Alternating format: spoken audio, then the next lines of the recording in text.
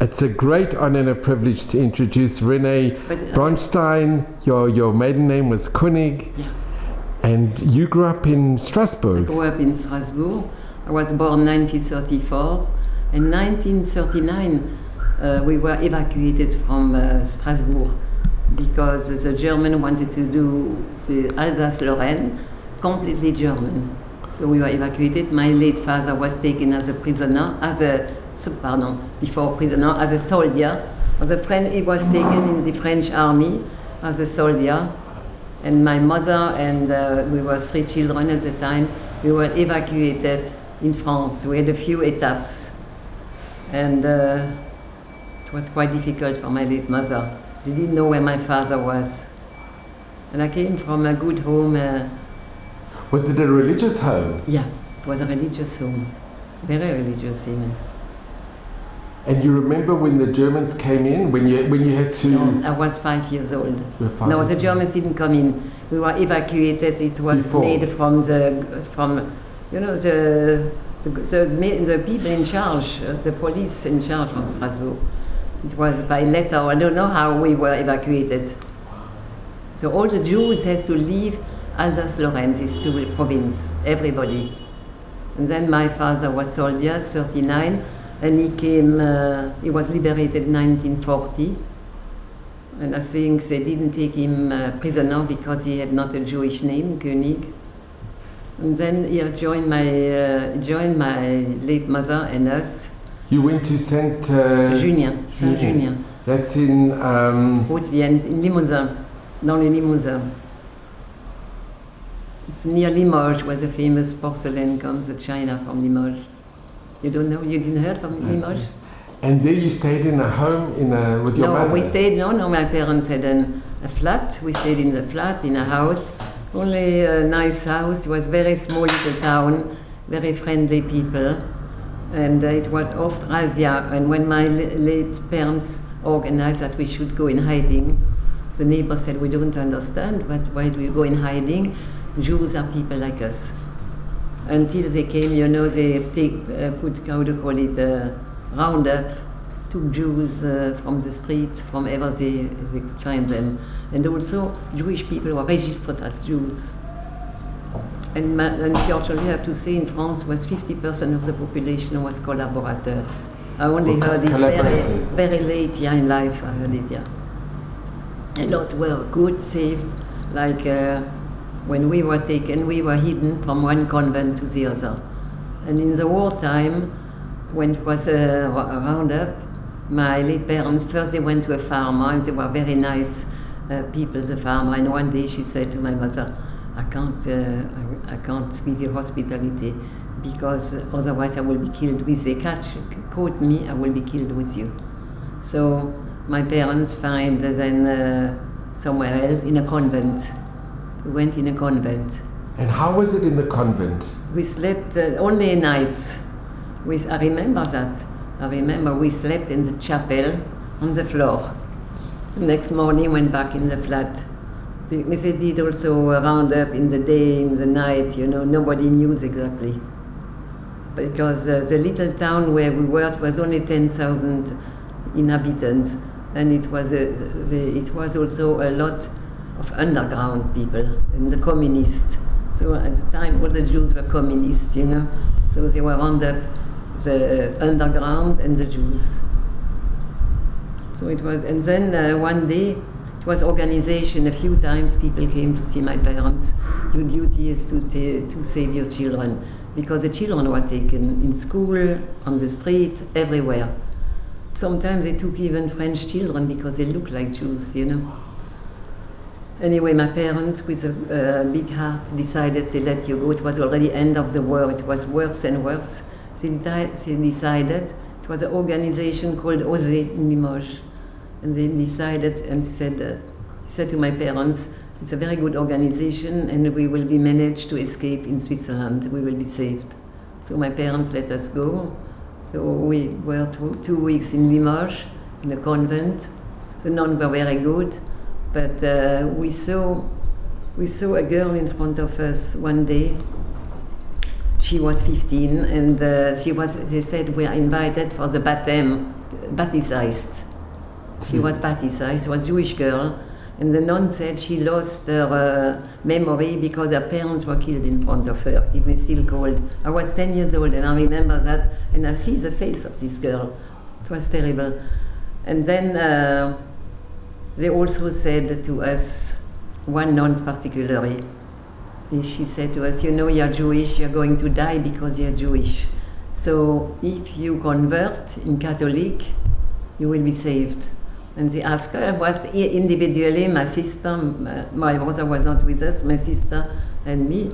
And as I was 10 years old, I said, no, I will remain Jewish. It's been, Judaism is something very deep. Huh?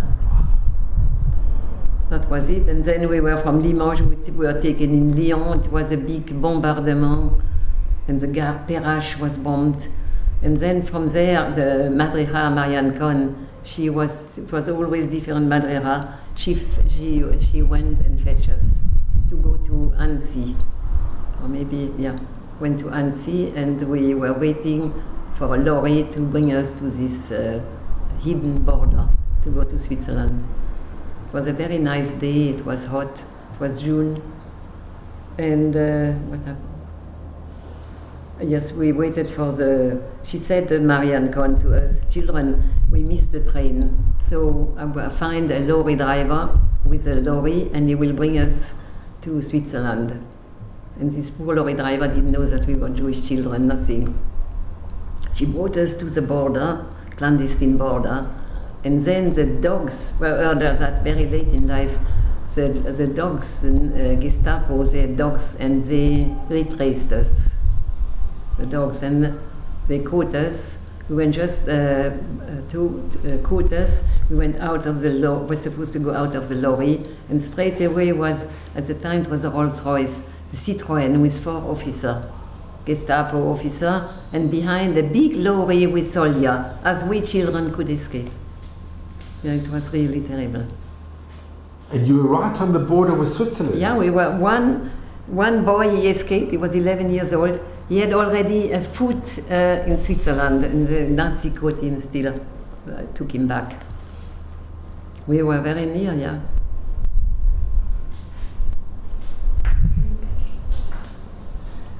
And what do you remember of Marianne? Oh, that she was such a kind girl, always gave us good word, encouraged us. And we always say, we were interrogated, I didn't tell you that, when they caught us, they asked Marianne, where are you going? She said, it's a big bombardment in Lyon, which was true, and the children are children from cheminots, that's the workers in the station, and I put them, they needed to go in a children's home. And she said, where? I said, Pas de l'Échelle. We are in Pas de l'Échelle, and the woman in charge, the directress from this home, children home, when she saw us, she said, no, not these children, because she only expected boys. So, and the Nazis, they knew straight away that we were Jewish. And then we were interrogated after each word, are you Jewish, Jewish? We were from 19 to 3 years old, different age. So the 90 big ones, they sent straight away to the prison, and we were sent a few hours later in the middle of the night in prison, in Annemasse.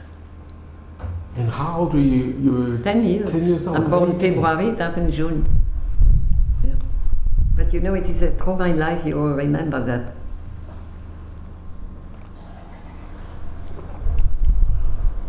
And how long did you stay in the prison? I don't know if it was 2 weeks, maybe maximum, not quite. The Lord Mary saved us because it was June, and the chef of the Gestapo from this prison, he was called Maya, and the Lord Mayor came to see us each day. They said he brought us food. It's probably true, but I don't remember that. He brought us food, and they said to the mayor, they need now the room. They have no room, and it was a small prison. It's overcrowded, they need the room, and they need somebody to do the trench. You see trench? The trenches. They need somebody to do the trenches. So the Lord Mayor, he made a deal with them. He said, I know where to send the children, and I have a home, children home, and he said to them, oh, they came, you know, I was in children home a few weeks or few months, and they said they used to come come and count if all the children, 30 children, if we are there. If not, we would be killed, with including the mayor. But anyway, when they asked the mayor for trenches, les tranchées, these trenches, the mayor made a deal. He said, "Look, it's end of the war. You know that you lost the war. I make a deal. You know you are going to be killed. Give the children free, and I will help you to go to Germany, join Germany through Switzerland." So we went. The Lord Mayor sent us to Switzerland in Geneva, in a center from the Red Cross. He helped you go to Yeah, the Lord Mayor, yeah, he organized that for us. Because he was afraid that the Gestapo might come back. Couldn't come back, it was finished. The underground in this part of France, La Haute-Savoie, they were very, very strong. I think they were one of the strongest in the whole France. And Rene, can I just ask, when you were in the prison, yeah, do you remember the interrogation? Yeah, after each word they said, "Are you Jewish? What is your name? Are you Jewish? How old are you? Are you Jewish?" After each word. And then we were, first we had false name. And Marianne, she was so beaten, she was so tortured. I remember how she looked when she came out of this torture, and terrible. She said to us, "Children say everything." So we said our real name, but we didn't give away the address. I was with my sister, she's 3 years older, and they said they wanted absolutely to know where the parents lived to do, to deport them, take them in the camp. So we didn't say. My sister gave a false address, and then when she said the real name, König, so we said, "Get out, get out." We understood it, it's German, but in Alsace you speak a dialect. We look like German, but it's not German. We said, "Get out." And my sister, we didn't move, first of all, we were so afraid, paralyzed. I was at 10 years old paralyzed from these people. And with the guns in front of you as children. And many years after, I saw this man, and I can't remember. I couldn't work it out. How many years I see this man in front of me? He had unusual blue eyes. It's even described like that. And I wanted to retrace him. I never find out what happened to this man, to this murderer. He had a lot of blood on his conscience. And it was him, Maya, and it was one who does only the torture. Can you imagine? It was unbelievable when you think about it. Now I have to say, thank God we have Israel. That's the biggest thing Jewish people have. And when you think, because just you are Jewish, you were so... But you were only 10 and yeah. You were interrogated. Yeah, we were It must have been interrogated. horrendous. It must have been harrowing. At the time. Yeah, we saw a boy, he was a year older than I, and he said his parents lived in Nancy, and they knew Nancy was so unoccupied. No Jews were allowed to live there. And he said, "My parents live in Nancy," and they beat him up in front of us. He said, "If you don't say the truth, it will happen to you." They were very ferocious, that I remember. It was, he interrogated my sister 30, I 10, and my brother 9. Together, and the other one were taken, each one, if they had no brother, separately. The interrogation went, but it was. And when we were, the Lord Mayor was an unusual nice man. He always gave us good word. First, Marianne gave us, always cheered us up, but he was so tortured, and she was taken, I think, 1 month before the liberation. They took her out of prison and killed her in a terrible way. Before killing her, they tortured her, they raped her. I was told that much late in life. She was really somebody very special, can you imagine? And she already was caught and she escaped. I don't know when, before that she took us, and she escaped. And her parents asked her, "Please, don't do that anymore." And she promised, she said, "This convoy," she said to her parents, "will be the last." It was really the last, it was, when you think about it, gives me still cold. And her name was Marianne Kahn? Yeah. And she could have herself escaped to Switzerland? She could have... Easily, because the underground would save her, the Lord Mayor could save her. It was different way that she's ill, they could send her to hospital. It was different way to save her. But she said the parents trust me to look after the children, I won't leave them. She gave her life away. I think if she would escape, they probably would killed us straight away. Because they take us as otage. And Rene, can I just ask, when you were in Saint-Junien, there was a French family that hid you in their home. Yeah, it was a French. And they endangered their lives as well. But they, at the end, they couldn't, because they were so afraid. Because if they caught people who hide the Jews, they would kill the same way as the Jews. So she said she can't do it anymore. And your daughter, Naomi, when she went back, she met with their son, with the grandson, yes, Jacques. Yeah. I don't know, you know that? No, I couldn't amazing. tell you. Noemi wanted to retrace the way, and I said to the camera, my son asked, why really should be my mother who goes back to Saint-Junien? I don't think that's beside the point that I would have the physical strength. But my son asked, how come you don't take my mother? And he said, you know, if we take elderly people, he doesn't attract for the film. Hey. But you did go back to the prison in... yeah, but no, I didn't enter the prison. I couldn't. I went to Almas. Yeah. And you know, it was a fantastic thing, because the Lord Mayor, I said to Noemi one night, I said, Noemi, I would like to say thank you. I know that the mayor is not alive, but maybe his son or grandchildren. The son was not in life, but the grandson. And the grandson was also in the 60s already.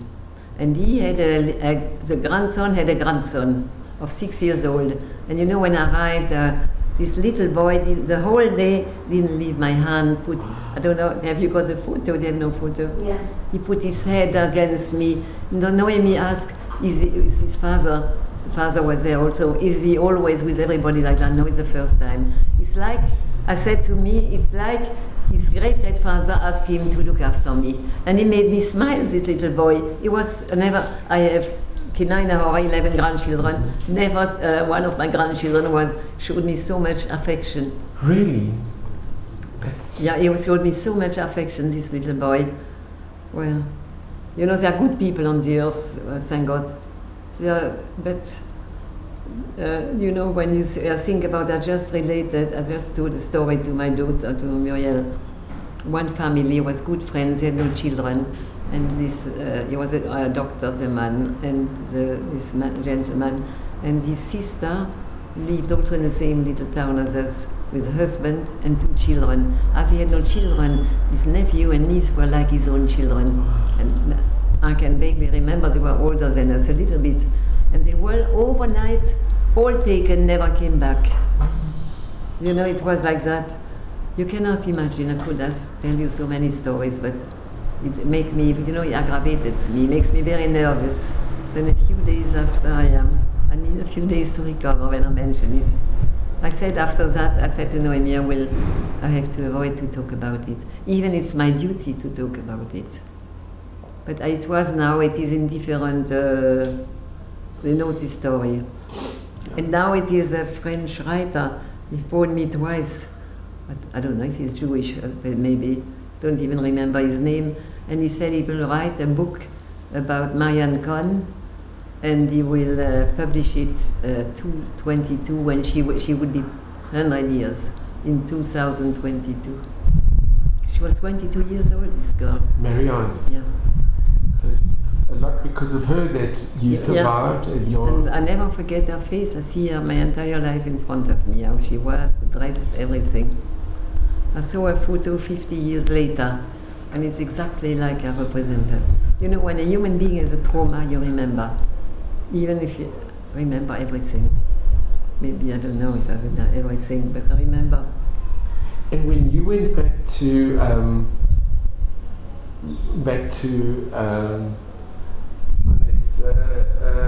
never went back to Saint-Junien, no. You never went back? No. Where did you go when you went back? You went to... We went to our parents. We were very lucky because a lot of children didn't find their parents anymore, were deported. We went back to our parents. And you were reunited with your Yeah, with parents? my parents, yeah. It was the nicest. That must have been the most incredible Yeah. moment when I you... remember I think my parents, they cried for joy, you know, when they saw us.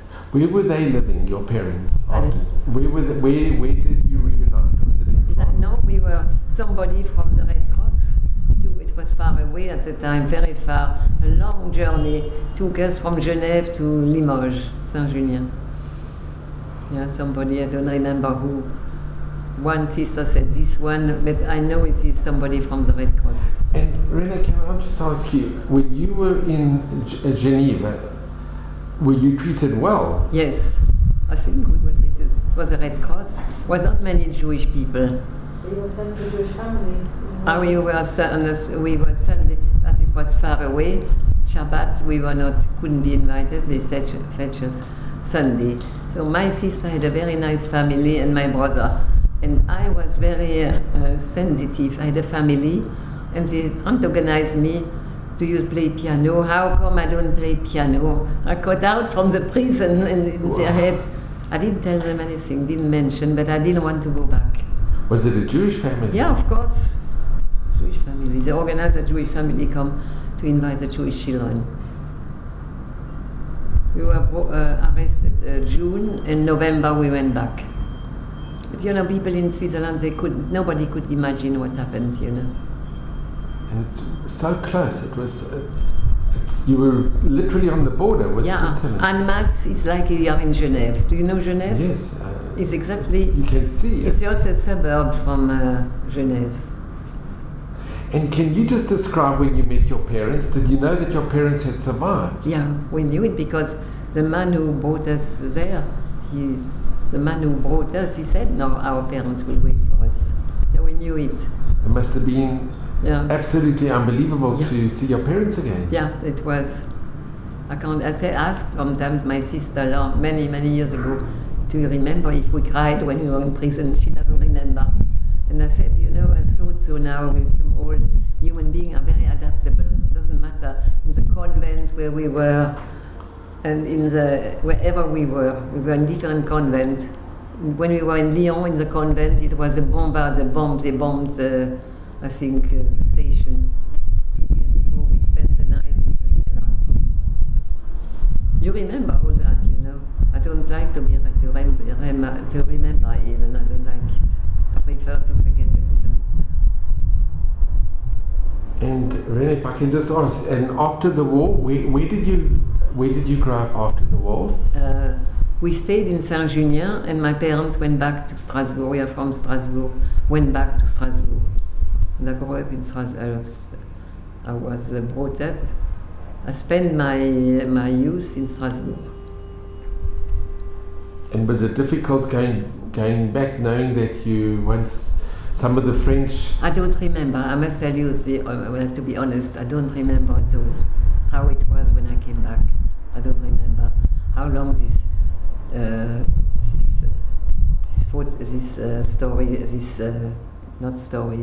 horrible event, how long it follows me, I don't know. I just know because I got married in Germany, and I said to my husband, I cannot live in this country. I was full of hate. None of my children are born in Germany. And my husband, he said, oh, Rene, as soon as I can, we will leave. He was a dentist also. He studied in Munich? In Munich. He was a dentist and a doctor in medicine. To operate in the mouth in Germany, you have to be a doctor in medicine. So he was an oral surgeon as well? Yeah, he was that. And I got married. It was no European community. It was not that. It was very difficult. And I asked, it was stupid, this man. I asked a dentist who I know in Strasbourg. And they said how it is. I said I would like that my husband move from Munich to Strasbourg and that he can work as a dentist. Oh, he said, Madame, we will get, mieux faut que tu le traduises, on s'armera jusqu'aux dents contre l'invasion allemande. We will arm ourselves up to the teeth against the German invasion. And I said, it's a Jewish man. What are you talking about? And then we went to America. My husband had a sister after Auschwitz who went to America. Also, and you know, they made us so difficult. My husband, we went for a bar mitzvah, and he was always busy. He had to come back quickly to Munich. He was a very hard-working man. And I stayed, and he said, Rene, you go. And I went to the Jewish organization. What was it called already? Igbo. Yeah, the Igbo. Igbo it was called. And they, you know, they didn't receive, they were not nice. And I said to them, look, you can speak differently to me. I am not a schnorrer. I just ask you help for a survivor from Holocaust. And he's a qualified doctor in medicine and qualified dentist. What do you need? And really I had such a shock, you know, they were so rude. Then I went... It's so sad, that's tragic. But you know, we had, as a dentist, he would have to do 2 years in America to work in hospital, 2 years, or to redo exams. As a doctor, 1 year. But he was willing to do it. Then I went to the non-Jewish organization, you know, and I must tell you, it's a shame to say that, but they were so nice. A completely different attitude. They were ready to help. And then I came back to Strasbourg, and my poor late mother, I was very close to my parents. Oh, my mother said, Rene, you're not going to move, you're not going to move to America. Soon it will be EU. You know, they always spoke EU. So, and I was a daughter who lived the nearest. My 2 sisters got married in Manchester. So it was at the time of a long way. So she said, Rene, you're the door, and it will be EU. Have a little bit patience, they said. And you know, the year my husband passed away, he organized already that the following year we would move to England. He probably wouldn't go to Manchester, he would go to London, because he wanted still to teach. In different country we went, the first thing he liked to see the synagogue, and the second was a dentist clinic. And the French were not, Strasbourg, not up to the standard of the German. It is sad to tell you that. And Rene, can I just ask, and I think this is something very hard to understand, when your husband learned medicine and dentistry in Munich, and then he practiced as a dentist and oral surgeon, yeah, he treated mainly German patients. I said that to him. So, I asked him the same he question. could have treated perpetrators as well. He said, how can you treat these people? Oh, he said, on the moment somebody is on the stool, it's a patient, forget about it. He was above, he writes it in a book, he was above hatreds. I was the contrary, and he was above hatreds. And he never discussed hate or... With me, we had a normal life, thank God, you know, never discussed. Time to time, he told me a few times a year, he said, oh, this night I was in the concentration camp. He said he was also very active. He was the president of the Jews and the non-Jews survivors in Munich. And he spoke at Dachau each year, and he organized a monument, but he didn't sign his name. He was a very modest man. And he spoke also, comment on dit la mairie déjà? In the town hall. He spoke each year for the Kristallnacht. He spoke at the town hall in Munich. Yeah, and he had very access to the highest from Munich. They gave him a lot of respect, and you know, the Lord Mayor, and even above the Lord Mayor, he had a good contact with. They respect him and gave him a lot of covet. And they said they had to, you know, the German, they saw the most of them feel very coupable, guilty. But you know, my son, he told me, I didn't know, one of the son of Hess, you know, the biggest murderer of the century, he was the head of Auschwitz. And one of the sons went to Auschwitz and asked for forgiveness what his father did.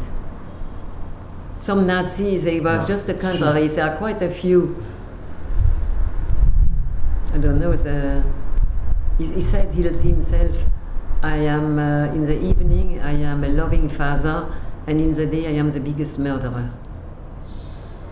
It's unbelievable. You know, when I looked for sometimes the info, all camp, what that happened, it's difficult to understand.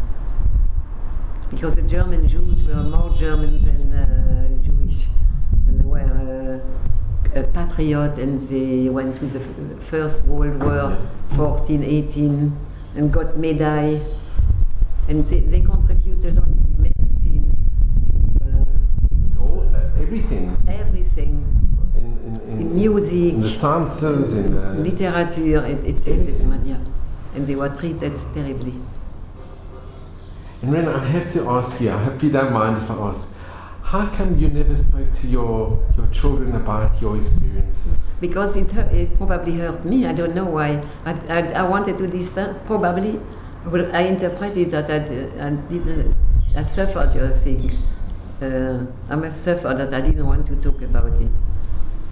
I just wanted to. When they were 10 years old, my children, my grandchildren, I was thinking. Always I said, oh, where was I when I was 10 years old? And I was so happy, and thank God it is peace, you know, you can bring up your children normally. And you brought up a beautiful family. Yes, I can thank God, they're very nice. They all, Noam is dedicated to the Holocaust. And when did you start speaking? When you started telling your story? When Noemi started, I think, about Holocaust, I think. Sometimes I must say that something, I don't know, but I couldn't speak. Do you know when I started, Muriel?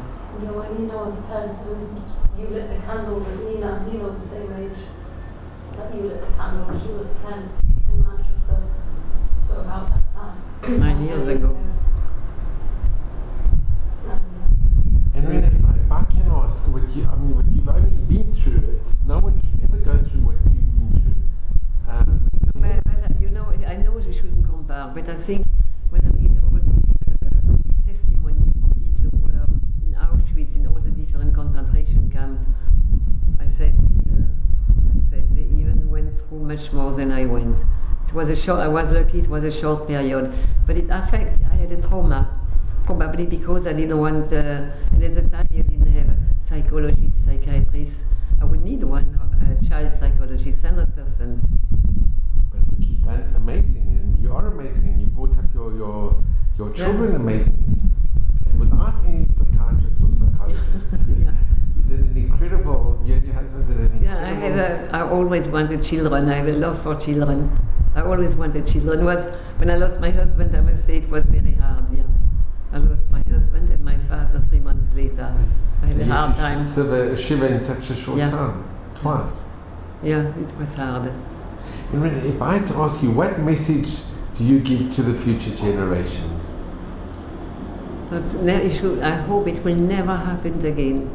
That I'm very proud we have Israel, and with Israel, I think something like that would never happen again. And I have to ask you as well, Rene, because it's unbelievable, but what you being in that prison, being interrogated, going through the hiding, going through all the traumas, did you always keep your emunah, your faith? Yeah, I was even after, I must tell you, I was 10 years old when I went to, we went to Switzerland, and it was just, it was Erev Rosh Hashanah, and we were not, we had somebody who looked after us, but not like today. And then Erev Yom Kippur, my sister got ill, she had a diphtheria, pseudo-croup, and she was put in quarantine, and she was 13, I was 10, and I said, I'm going to fast. I fast since I'm 10 years old. I will fast for her. Yes, and I really, the contrary. I was, as a little girl, I was much frommer than ever. Yeah, this contrary, God gave you the strength, you know. I was too little to now I can say sometimes, where was God? I say it from time to time. But when you were going through... Also, when I read all what happened, you know, this concentration camp, and that 1945, France was finished. They killed 1,500,000 Jews in Hungary. They sent them to Auschwitz. So I said, where was God? But Rabbi Sachs said, what did he say? It's no answer. Yeah. My mother lost her parents, 2 brothers, a sister. My father lost his parents, his mother, a sister, and 2 brothers. So the whole family, we never had grandparents. uncle and aunts. It was hard, but you know, it was a general and very general. Mourning was a general mourning. A general Yeah, mourning, both you know, your it's parents- people. Your parents didn't lose their faith either. You were both of the religion. Your Yeah. parents, they remained firm. Yeah, my parents remained, yeah. Maybe, but my father came from a Hasidic home, but he was not Hasidic, but he was a from man. But he remained from, or brought us up from, and my mother also from a very from home, both parents. And Rene, I just want to ask you, how do you, when you look at the French, because there were those that saved and risked their own lives to save fellow Jews, French Jews, and there were those that collaborated. Yes, because you know, if they massacre a Jew, they will get so and so much money. If I am not mistaken, it was 50 francs at the time, I don't know. I remember because my parents said it. So if they know somebody is Jewish, and our carte d'identité, the ID, was a big stample, big Juif, you know.